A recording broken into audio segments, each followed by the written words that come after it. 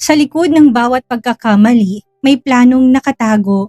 Akala natin ay nagtaksil si Delton. Akala natin ay nalasing lang siya at nakalimutan ng kanyang paninindigan. Pero ang lahat ng ito, ang drogang pinainom, ang mapanlinlang na mga eksena at ang tensyon sa pagitan ni Cassandra, Delton at Yasmin ay bahagi pala ng isang malaking entrapment operation. Ngunit sa kabila ng paglilinaw, ang panganib ay hindi pa rin natatapos. Ang Black Shadow ay nanatiling isang aninong mahirap hulihin at si Delton, sa desperasyon niyang matapos ng lahat, ay sumugal sa isang mapanganib na deal. Binayaran niyang mismo organisasyong pumatay sa kanya para makuhang pagkakakilanlan ng taong nasa likod ng lahat ng ito. Good deal ba ito o isa itong maling hakbang na maglalagay sa kanila sa bingit ng kamatayan? Flashback. Nagmamadaling pumunta ng Evergreen Club si Cassandra. Malakas ang kabog ng puso niya. Naguguluhan siya kung bakit sumama si Delton kay Yasmin. Nilibot ni Cassandra ang paningin niya. Hinanap si Yasmin at Delton. Hindi niya alam kung anong room number ang mga ito. Cassandra, rinig niya sa pangalan niya. Nilibot niyang paningin niya hanggang sa nakita niya si Yasmin na nakasilip sa pintuan ng CR. Galit na pinuntahan ni Cassandra si Yasmin. Nasaan si Delton? Anong ginawa mo sa kanya? Nanggagalaiting tanong ni Cassandra. Sumunod ka sa akin. Mahinang saad ni Yasmin. Nagsalubong ang mga kilay ni Cassandra. Naguguluhan din siya sa nangyayari. Ituloy mo yung galit. Yung totoong galit, Cassandra. Habilin pa ni Yasmin, saka ito lumabas ng CR. Naguguluhan namang sumunod si Cassandra. Yasmin, answer me! Nasaan ba talaga si Delton? Tanong pa ni Cassandra. Mabilis naman ang bawat hakbang ni Yasmin kaya binibilisan din ni Cassandra ang paglalakad niya. Yvonne! Malakas sa sigaw ni Cassandra. Patuloy pa rin na naglalakad si Yasmin hanggang pumasok to sa isang kwarto. Pumasok din si Cassandra at nakita niyang nakahiga sa kama si Delton. Wala na itong saplot sa itaas. Plano namin to ni Delton. Nasa paligid lang nagbabanta sa buhay mo, Cassandra. I'm sorry kung hindi namin sinabi sa'yo. Ikaw na magstay dito kasama ni Delton. Ako naman ang lalabas pero kailangan nating magpalit ng damit. Magpapanggap akong ikaw kapag lumabas ako. Alam kong nalilito ka sa nangyayari pero sumunod ka na lang sa sasabihin ko. Pagpapaliwanag ni Yasmin. Mahina rin ang boses niya. Hindi ko alam kung naririnig pa nila tayo pero iniwan kong cellphone ko sa mga kaibigan ko. Nung kinuha nila ako sa harap ng kumpanya ni Delton, may nilagay sila sa cellphone ko. Alam mo yan? Dagdag pa ni Yasmin. Magubad ka na. Kailangan ko nang lumabas. Ikaw nang bahala kay Delton.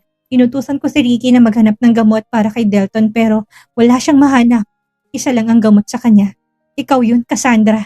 Kapag hindi mo siya tinulungan na mawala ang init na nararamdaman niya, hindi ko na alam kung anong mangyayari sa kanya. Hindi ko alam kung anong klaseng droga ang pinainom sa kanya. Bukas na ako magpapaliwanag. Magubad ka na. Kinakabahan na ring wika ni Yasmin. Walang nagawa si Cassandra kung hindi alisin ang mga damit niya. Gising na naman siya. Usal ni Yasmin nang bumangon si Delton. Hindi tong pinag-usapan natin, Yasmin. You bullshit! Sigaw ni Delton. Patuloy namang nagpapalit ng damit si Cassandra at Yasmin. Cassandra, usal ni Delton nang makita niya naman si Cassandra. Yasmin, tangina mo! Galit niya namang saad ng Yasmin nang makita niya. Matamis lang nang umiti si Yasmin. Ikaw nang bahala sa kanya, Cassandra. I need to go now. Mahinang sambit ni Yasmin saka to lumabas ng kwarto. Paglabas niya ay mabilis ang pagtakbo niya. Kunwaring umiiyak, takip-takip ang mukha niya para hindi mahalata na hindi siya si Cassandra. Paglabas niya ng club ay dumiretso siya sa parking. Sa bawat hakbang ng mga paa niya ay nanginginig siya. Kinakabahan dahil hindi niya alam kung anong panganib ang naghihintay sa kanya. Yasmin. Gulat na napaupo sa semento si Yasmin ang tawagin ng pangalan niya. Malakas ng kabog ng puso niya. Mabilis naman siyang nilapitan ni Ricky, saka siya tinulungan na tumayo. Si Ricky to, okay ka na? Nakahinga naman ng maluwag si Yasmin dahil akala niya ay mamamatay na siya. Nanlalambot pa rin ang mga tuhod niya. Dahil sa matinding kaba at takot na nararamdaman. Gusto niya na talagang umuwi ng New York. Nabali niya ba? Tanong ni Yasmin na makasakay sila sa van. Nanginginig pa ang boses niya. Oo, may nakasunod sa likod mo kanina. May hawak na baseball bat. Hawak na Detective Aaron. Nabawasan naman ang kabang nararamdaman ni Yasmin. Hindi niya akalain na mangyayari ito sa araw ng birthday niya. Sa halip na masaya siya magse-celebrate, heto siya't sumali sa sinasagawang entrapment operation. Wala ka bang nakuhang gamot para kay Delton? Tanong ni Yasmin. Umiling naman si Ricky. Hayaan mo na sila dun. Nasabi mo ba kay Cassandra ang dapat niyang gawin? Sinabi mo ba sa kanya na delikadong nainom ni Delton na droga? Tumango naman si Yasmin. Wala akong mahanap na gamot pang lunas. Si Cassandra nang bahala kay Mr. Chavez. Ihahatid na kita sa kondo mo. Tumango na lang si Yasmin. End of flashback. Seryosong tinignan ni Dalton si Yasmin. Bakit mo ko pinainom ng droga? Inis niyang tanong. Nag-peace naman si Yasmin. Sorry, hindi ka kasi marunong umacting. Gusto ko lang makasiguro na malinis ng trabaho natin. Para totoo yung galit mo at yung hilo mo. Effective naman, hindi ba? Nangasar pang boss ni Yasmin. Akala ni Dalton ay tinaraydor na siya ni Yasmin dahil sa droga na nainom niya. Babe, ikaw naman yung kasama ko kagabi, hindi ba? Mahinang tanong ni Dalton. Gusto niyang makasigurado na si Cassandra ang nakatalik niya kagabi. Tumango naman si Cassandra. Hindi nila masyadong napag-usapan ang tungkol doon dahil kasama nila si Yasmin. Nakahinga ng maluwag si Dalton. Kapag nalaman niya talaga na si Yasmin ang nakasex niya, baka masakal niya si Yasmin. Sabay-sabay na silang umalis ng club. Flashback kung saan nahuli ni Cassandra si Yasmin na nakaupo sa mga hita ni Dalton. Gulat na napatingin si Cassandra nang makita niyang nakaupo sa mga hita ni Dalton si Yasmin. I need to do this, Mr. Chavez. Dahil kapag hindi ako sumunod, buhay kong kapalit. Bulong ni Yasmin kay Dalton kaya hindi na nagawang itulak ni Dalton si Yasmin. Nagtataka siyang tumingin kay Yasmin. What do you mean? Malamig na tanong ni Dalton. Sa glass wall mo, nakataas sa mga kortina. May mga nakamasid sa atin. Mahina niyang sagot. What are you doing? Hindi niyo ba ako nakikita? Galit na tanong ni Cassandra. Tinignan ni Dalton si Cassandra pero wala pa rin ginawa si Dalton para paalisin si Yasmin sa ibabaw niya. Sa galit ni Cassandra, hinila niya ng buhok ni Yasmin. Ah! Cassandra! Ano ba? Daing ni Yasmin. Persahang tinayo ni Cassandra si Yasmin para makaalis ito sa ibabaw ni Dalton. Sa galit ni Cassandra ay malakas niyang tinulak si Yasmin. Ah! Pusal ni Yasmin. Naka-heels siya kaya mataas din ang pagkabagsak niya. Akma sanang susugurin ulit ni Cassandra, si Yasmin ang niyakap na ni Dalton si Cassandra. That's enough, Cassandra. You need to go now. Wika naman ni Dalton na pinagtaka ni Cassandra. What? Hindi makapaniwalang tanong ni Cassandra. Hinila naman na ni Dalton si Cassandra palabas ng office niya saka ito pinasok sa kabilang opisina kung saan walang glass wall. Dito ka lang, huwag kang lalabas. Utos ni Dalton. Dalton, ano ba? Cassandra, listen to me. May diin ang samit ni Dalton. Binalikan ni Dalton si Yasmin na tinulungan tong tumayo. Napapadaing pa rin si Yasmin dahil masakit ang puwet niya. Tinangay ni Dalton si Yasmin sa kabilang office kung nasaan si Cassandra na nagtataka sa kanilang dalawa. What do you mean by that, Yasmin? Seryoso at malamig na tanong ni Dalton. Naguguluhan naman na nakatingin sa kanila si Cassandra. Pwede bang sandali lang? Masakit pa yung puwet ko, oh. Reklamo ni Yasmin. Ano bang nangyayari? Tanong na rin ni Cassandra. Pipilay-pilay na mga naupo sa sofa si Yasmin. May nakamasid sa opisina ni Dalton. Hindi ko alam kung sino pero nakamasid sila doon. Sa tuwing nakataas sa mga kortina sa glass wall, malaya nilang nakikitang nangyayari sa loob. Naalala niyo ba nung may nanguha sa akin at tinapon din ako sa gilid ng highway?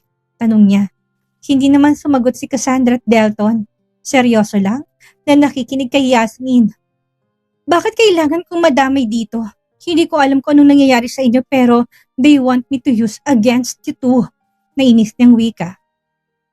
Ano bang sinasabi mo, Yasmin? Hindi kita maintindihan. Kapag hindi mo inayos ang sasabihin mo, hindi lang puwet mong sasakit. Pagbabanta ni Cassandra dahil kumukulo na rin ang dugo niya sa nakita niya. Napabuga ng hangin si Yasmin. Gusto niya nang bumalik ng New York pero may nagbabanta sa buhay niya. May nilagay sila sa cellphone ko. Hindi ko alam kung ano pero nalalaman nilang bawat galaw ko. Inutusan ako ng babaeng kumidnap sa akin na akitin ko si Dalton. Pinag-isipan ko mabuti yon. Pagkatapos na nangyari sa akin, nag-book na ako ng ticket pabalik ng New York. Pero nalaman nila kaagad na tatakas ako.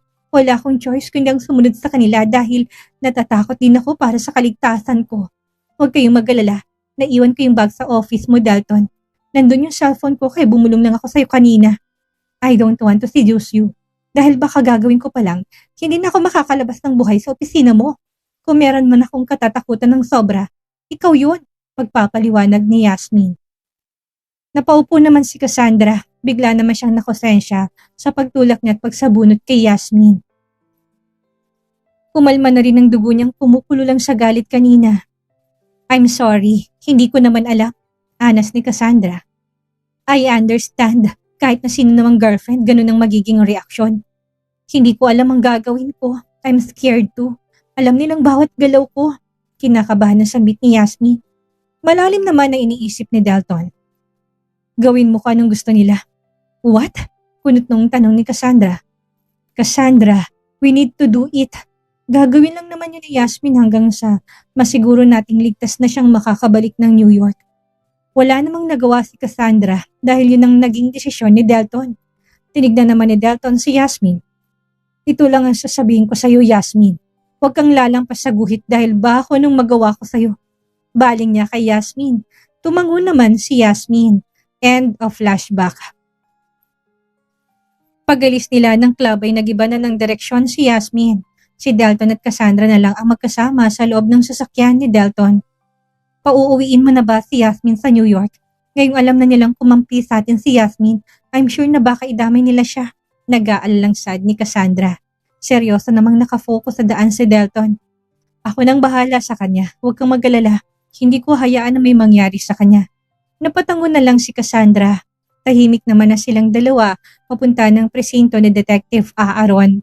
Habang nasa biyahe sila ay tumatawag si Ricky kay Dalton. Nasaan ka? Diretsong tanong ni Ricky nang sagutin ni Dalton ng tawag. Papunta na kami ni Cassandra sa presinto ni Detective Aaron. Dumiretso ka na muna sa office mo. Sumagot ng Black Shadow sa email mo. Seryosong wika ni Ricky. Napatingin si Dalton kay Cassandra habang naguguluhan naman si Cassandra. Nag-email ka sa Black Shadow? Tanong ni Cassandra. Alam ni Cassandra na makikita ng mga nasa Black Shadow ang personal information na magiging client nila. Kung nag-email at nag-inquire si Dalton, alam na nila kaagad na si Dalton yun. I need to do it, Cassandra. Pero sinong ipapapatay mo? Hindi pa nga tayo sigurado kung sinong punot dulo na nangyayari sa akin. Ako nang bahala doon. Malapit na tayong matapos. Kapag natapos na tayo sa problemang ito, pakakasalan kita kaagad. Napapailing na lang si Cassandra dahil kahit nasa seryosong sitwasyon sila, nagagawa pang isingit ni Dalton ang tungkol sa kasal nila. Pagdating nila sa kumpanya, ay dumiretso na sila sa opisina kung saan naghihintay si Ricky. Mabilis na tumayo si Ricky nang dumating si Dalton at Cassandra. Huwag tayong mag-usap dito, motoridad na saad ni Dalton. Dalton, sambit ni Cassandra. Tinignan naman siya ni Dalton. Cassandra, I'm sorry pero hindi sa lahat ng oras ay kailangan kitang isama sa plano ko. Dito ka lang. Huwag kang mag-alala sa akin. Uuwi ako ng buo sa'yo. Ani at umalis na. Sumunod naman si Ricky kay Dalton. Walang nagawa si Cassandra kundi maupo na lang sa sofa at magbuntong hininga. Hinihiling niya na sana ay matapos ng lahat. Hindi pa nila napupuntahan ang nahuli ni na Detective Aaron kagabi. Gusto nang malaman ni Cassandra kung sino ang may matinding galit sa kanya. Samantala naman sa ibang office, nag-usap si Ricky at Dalton. Nang masiguro nilang nakalak na ang pintuan, ay naupo na silang dalawa. Ano bang plano mo? Tanong ni Ricky. Dala-dala ni Ricky ang laptop niya. Nagagamitin ni Dalton para mag-email sa Black Shadow. Malaking perang binayad ni Dalton, triple sa presyo ng service ng Black Shadow. Kapalit ng malaking pera, kailangan kumakuha ang personal information ng client nila na nagbayad para ipapatay si Cassandra. Sagot ni Dalton. Yun na lang ang tanging paraan na naisip niya para malaman na nila ang taong yon. Matapos ang transaksyon ay nagbayad ng malaking halaga si Dalton gaya ng napag-usapan. Please wait for our reply. We will send to you the information you need this week or next week. Thank you for waiting. Tanging reply ng Black Shadow. Mariing napapikit si Dalton. Akala pa naman niya makukuha niya na rin ngayong araw ang impormasyong kailangan niya. Gusto niyang murahin ang kausap niya sa email Pero pagkatapos ng huling message ng Black Shadow ay kusa na ulit na bura ang email. Napabuga na lang ng hangin si Delton. Wala naman siyang choice kundi ang maghintay. Kung aawayin niyang Black Shadow, baka i-block pa siya ng mga to. Sayang naman ang malaking perang binayad niya. Binalikan na ni Delton si Cassandra na naiwan sa opisina niya. Naghihintay naman ito sa kanya. Kumikilos ka ng mag-isa mo? Akala ko ba laban nating dalawa to? Marami kang plano na hindi ko alam, Delton. Kung hindi pa ako kinausap ni Yasmin tungkol sa plano niyo ng birthday niya, baka kung anong nagawa ko sa kanya dahil sa nakita kong video niyong dalawa. Seryosong wika ni Cassandra. Napahugot naman ng malalim na buntong hininga si Delton sa kanya nilapitan si Cassandra. Masyado kasing delikado para sa'yo, Cassandra. Natatakot lang ako na baka habang ginagawa natin ang plano natin na mahuli ang taong yun ay ikaw naman ang mawala sa akin. Hindi ko kaya yun, Cassandra. Naiintindihan ko na nag-aalala ka para sa akin pero nag-aalala rin ako para sa'yo. Ikaw ang ginagamit nilang panakot sa akin. Paano kung hindi na sila magdalawang isip na patayin ka? Delton, paano ko kakayanin yun? Hinawakan ni Delton ang mga kamay ni Cassandra para pakalmahin ito. Akma pala nang magsasalita si Delton nang biglang bumukas ang pintuan ng office niya. Napatingin na sila ni Cassandra kay Anton na siyang pumasok. Dad, pusal ni Cassandra. Dahil nang gagalaiti sa galit si Anton, matatalim ang tingin nito kay Delton. Kuya, ani ni Delton. Pareho nang tinignan ni Anton si Delton at Cassandra. Nakikita niya naman na mukhang okay ang dalawa. Anong ginawa mo, Delton? Seryosong tanong ni Anton. Nagtataka naman si Delton. What do you mean? Niloloko mo ba si Cassandra? Tanong niya. Naalala naman ni Cassandra na si Dahlia ang naka-receive ng video ni Delton kasama si Yasmin. Dad, we're fine. Sagot ni Cassandra. Siya nang humarap kay Anton para ipaliwanag ang lahat. Cassandra, alam kong mahal mong kapatid ko. Pero sana naman, huwag ka magpakatanga, iha. Sabihin mo sa akin yung totoo. Niloloko ka ba ni Delton? May na-receive na video si Dahlia kagabi. Video yun ni Delton kasama si Yasmin. Delton, hindi ako pumayag sa relasyon ninyo para lang lokohin mo si Cassandra. Nangako ka. Galit na saad ni Anton. Nangako kang hindi mo gagawin kay Cassandra ang ginawa ni Garrett sa kanya. Dagdag pa ni Anton. Mahalaga na sa kanila si Cassandra at kapag naghiwalay si Delton at Cassandra, baka tuluyan ng malayo ang loob ni Cassandra sa kanila. Kuya, wala akong ginawa kay Cassandra. Pagpapaliwanag naman ni Delton. Alam niyo kung anong nangyayari ngayon sa amin ni Cassandra? Hanggang ngayon, hindi pa rin namin nahuhuli yung taong gusto siyang patayin. Hindi ko alam kung paano nila nalaman na si Yasmin ang pinakilala sa akin ni Daddy. Ginamit din nila si Yasmin pero sinabi sa akin ni Yasmin yung pagbabanta sa kanya. Gumawa kami ng plano at kung ano man yung napanood mong video, walang nangyari sa amin ni Yasmin. Kasama yun sa plano namin. Dagdag pa ni Delton sa paliwanag niya. Kumalma naman si Anton sa kanya tinignan si Cassandra. Gustong kumpirmahin kung totoong mga sinasabi ni Delton. Wala pong ginawa sa akin si Delton, Dad. Kasama po yun sa plano nila. Hindi niya rin sinabi sa akin ang tungkol sa plano nila ni Yasmin pero hindi po nila ako niloloko. Sagot na rin ni Cassandra. Akma na sanang susuntukin ni Anton ang kapatid niya kanina dahil sa galit na nararamdaman niya. Sigurado ka ba dyan? Hindi mo ba pinagtatakpan ang kasalanan niya? Hindi pa rin naniniwalang tanong ni Anton. Bahagya namang ngumiti si Cassandra. Opo, Dad. Thank you po sa concern pero sa tingin ko, hindi naman ako magagawang lokohin ni Delton. Aniya. Napatango-tango na lang si Anton. May kailangan pa ba kayo? May itutulong ba ako sa pag-iimbestiga nyo? Sa mga plano nyo, baka sakaling may maitulong lang ako para mapabilis na mahuli ang taong yan. Wala, kuya. Kami nang bahala dito. Malapit na rin kaming matapos. Malapit na kaming mahuli kung sino man ang taong hanggang next week. Sagot ni Delton, kung sakaling may kailangan kayo, huwag kayong mahiyang magsabi sa amin. Tumango na lang si Delton sa kuya niya. Tinapik ni Anton ang balikat ni Delton saka to umalis. Naupo na si Cassandra sa sofa, ganun din si Delton. Ang sabi mo, sana malaman na natin hanggang next week. May hinala ka na ba kung sino yung taong yun? Kuryosong tanong ni Cassandra dahil hindi man lang kasi nagsasabi si Delton sa kanya. Napabuntong hininga naman si Delton. Mukhang wala siyang may tatago kay Cassandra. Kaya mabuti na lang nasabihin sa kanyang totoo. Binayaran ko ang Black Shadow. Triple sa price ng service nila. Kailangan kong malaman ang impormasyon ng client nila. na nagbayad sa kanila para ipapatay ka. Really? Nagkaroon ng liwanag sa mukha ni Cassandra. Dahil kung pumayag ang Black Shadow, ibig sabihin, malalaman na nga nilang impormasyon ng taong gusto siyang patayin. Is that even safe? Makapangyarihan ng organisasyon na kinausap mo. Alam na nilang buong impormasyon mo. Oo naman, huwag kang mag-alala. Pera lang din ang mahalaga sa kanila. Pero paano kung ganun din ang gawin ng client nila? Paano kung babayaran lang din nila ang Black Shadow para matrace ka? Wala tayong kasiguraduhan kung safe ka. Sabi mo nga pera lang ang mahalaga sa organisasyon na yon. Nag-aalala namang sambit ni Cassandra. Wala akong pakialam kahit na maubos ang pera ko para lang maprotektahan ka. Ikaw ang mahalaga sa akin, Cassandra. Ang pera, madali lang yang hanapin. Pero ang buhay mo, minsan lang mawala, hindi ko na yung maibabalik pa. Kahit ako pang maging pinakamayamang tao sa mundo. Lumapit si Cassandra kay Delton sa kanya inihilig ang ulo niya sa dibdib nito. Sana lang matapos ng lahat ng ito. Pagod na rin ako. Gusto ko nang magkaroon ng tahimik na buhay. Mahina niyang sambit. Niyakap naman siya ni Dalton at hinalikan sa ibabaw ng ulo. Kaunting tiis pa. Magpahinga ka na muna. Bukas na natin puntahan ang nahuli nila Detective Aaron kagabi. Tumango na lang din si Cassandra. Sa dami na nangyayari sa buhay niya, pagod na rin siya. Hindi pa siya natatapos kay Michelle, pero may kasunod na naman. May nagbabantay naman sa bawat kilos ni Michelle, kaya hindi ito makakatakas kaagad. Mukhang ayaw na rin itong lumabas dahil simula nang malaman nila na siyang nagutos para ipapatay si Cassandra. Hindi na ito umalis o lumabas ng bahay nila ni Garrett. Nakita natin sa episode na to na minsan kailangan nating magsakripisyo at magtiwala ng buo kahit ng kapalit nito ay ang sarili nating reputasyon.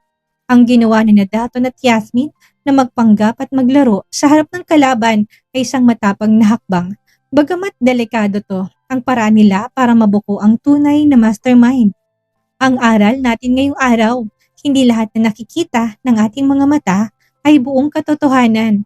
Minsan ang mga taong akala natin ay kaaway o ang mga sitwasyong akala natin ay pagtataksil ay siya palang susi sa ating kaligtasan. Sa halip na magpadala sa galit o gumawa ng padalos-dalos na desisyon, mas mainam na manatiling kalmado. Mag-obserba at intindihin ang buong sitwasyon bago tayo humusga. Dahil kung minsan, ang pinakamalaking pagkakamali natin ay ang magdesisyon base lamang sa kung ano ang ipinapakita ng sitwasyon sa panandaliang panahon. Sa tingin niyo ba, sulit ang risk na ginawa ni Dalton na bayaran ang Black Shadow? O baka naman lalo lang silang nalagay sa panganib dahil sa perang binayad nila? I-comment nyo na ang inyong opinyon. Maraming salamat sa pakikinig. Ako ang inyong storyteller, si Miss Maria. Huwag kalimutan na mag-like, mag-share at mag-subscribe para sa susunod na bahagi ng ating kapanapanabik na kwento. Maraming salamat po.